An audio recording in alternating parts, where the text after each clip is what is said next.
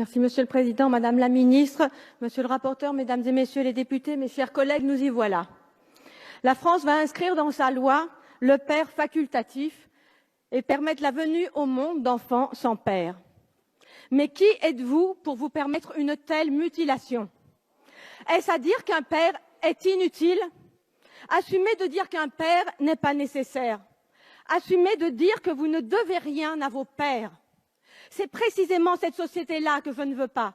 Celle qui dit qu'elle se fait toute seule. Celle qui dit que l'autre n'est pas nécessaire. Alors pour moi, voyez-vous, il n'y a pas plus grand que l'homme.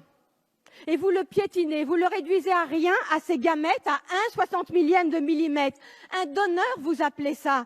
Mais Madame la Ministre, ça c'est un homme, Madame la Ministre. C'est pas un donneur, c'est celui qui porte et qui élève et qui soulève des montagnes pour son petit. Celui qui l'élève jusqu'à lui, celui qui le soigne et l'encourage. Celui qui le rassure et le grandit, qui l'écoute et l'accompagne. Mais n'avez-vous donc jamais eu de père pour que vous ne sachiez pas à quel point on ne se passe pas d'un père? C'est souffrance contre souffrance, Madame la Ministre. Il ne faudra pas dire « cette France-là a été humiliée ». Vous avez choisi d'en apaiser une en jetant de l'acide sur l'autre. C'est souffrance contre souffrance, je vous l'assure. Bien sûr, une mère peut faire ça. Évidemment qu'une mère peut tout faire. Et alors? Faut-il donc séparer et supprimer les pères? C'est ce que vous faites, Madame la Ministre. C'est ce que vous faites, Mesdames et Messieurs les députés. Et j'espère que vous aurez conscience de la société d'élimination que vous créez. J'idéalise les pères, me dit-on. Mais n'idéalisez-vous pas les mères? 30% des maltraitances sont dues aux mères. Nous devons légiférer pour un corps social. À force de Nous devons légiférer pour un corps social et à force de légiférer pour des catégories, des groupes et des sous-groupes, chacun tire de son côté, c'est la loi du plus fort. Vous créez les communautarismes contre lesquels vous prétendez lutter. L'enfant est le témoin privilégié de la force de l'homme et lorsque l'homme devient père, cette force se transforme en service au plus petit. Lui seul peut apprendre ça à l'enfant et conjure ainsi la loi du plus fort. Et vous choisissez de faire sans eux, de ne prendre d'eux que ce qui vous intéresse, leurs gamètes, et de jeter le reste. Mais l'homme est un tout, Madame la Ministre. On ne prend pas que ses gamètes et jeter le reste. Il n'y a pas plus noble que l'homme, et seul l'homme nous montre que servir est l'acte le plus noble qu'un être humain puisse accomplir. Votre loi, Madame la Ministre, est criminelle. C'est souffrance contre souffrance. Il ne faudra pas dire cette France-là a été humiliée. Votre loi, c'est s'offrir un être humain. On ne s'offre pas un être humain, Madame la Ministre. Un être humain n'est ni un objet, ni un projet, ni une promesse de campagne. Votre loi, loin d'abolir les inégalités, votre loi les aggrave. Votre loi soulève des questions de marchandisation du vivant, d'eugénisme, de sélection, le dévoiement du sens de la médecine et la voie du design de l'enfant parfait comme nous le voulons que vous déverrouilliez. Au-delà des bornes, il n'y a plus de bornes. Ce n'est pas le droit qui refuse un enfant à ces femmes, c'est la biologie. Il n'y a ni discrimination, ni inégalité, et vous le savez très bien. L'affirmer à longueur de médias, c'est mentir et manipuler l'opinion. La liberté si fièrement revendiquée n'est qu'une liberté de consommateur. Des Français accèdent au hard discount reproductif qu'il faudra reconnaître en France.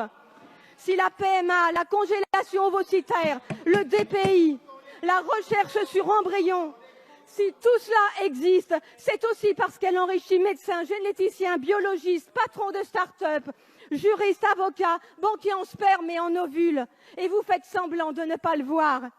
Aider l'autre, voyez-vous, et vous le savez, c'est l'aider à accompagner ses limites. C'est l'aider à accepter ses limites et vivre avec. Ce n'est pas dépasser le possible humain. On ne peut décemment pas destituer la figure paternelle au motif que des nouvelles familles apparaissent. Produire des enfants sans père est une atteinte aux droits de l'enfant. Donner à des enfants des parents toujours plus vieux n'est pas un progrès social.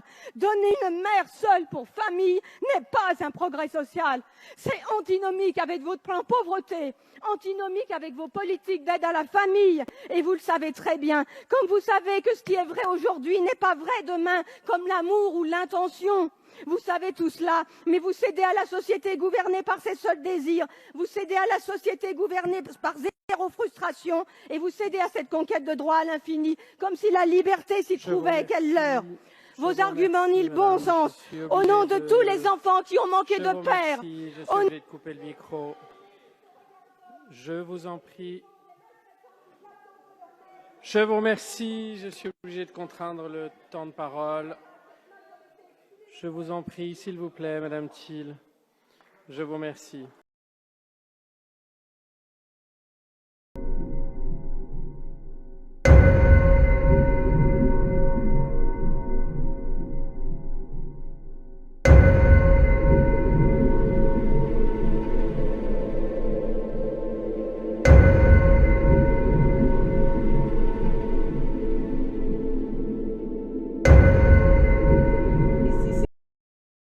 Salut, ici c'est Confort de Jésus-Christ TV. Merci d'avoir regardé cette vidéo. Nous vous invitons à vous abonner en cliquant sur le bouton s'abonner juste au-dessous de l'écran. Et surtout, n'oubliez pas la cloche de notification afin que vous puissiez recevoir toutes nos alertes chaque fois que nous avons une nouvelle vidéo, un nouvel enseignement, une nouvelle dénonciation, une nouvelle exhortation.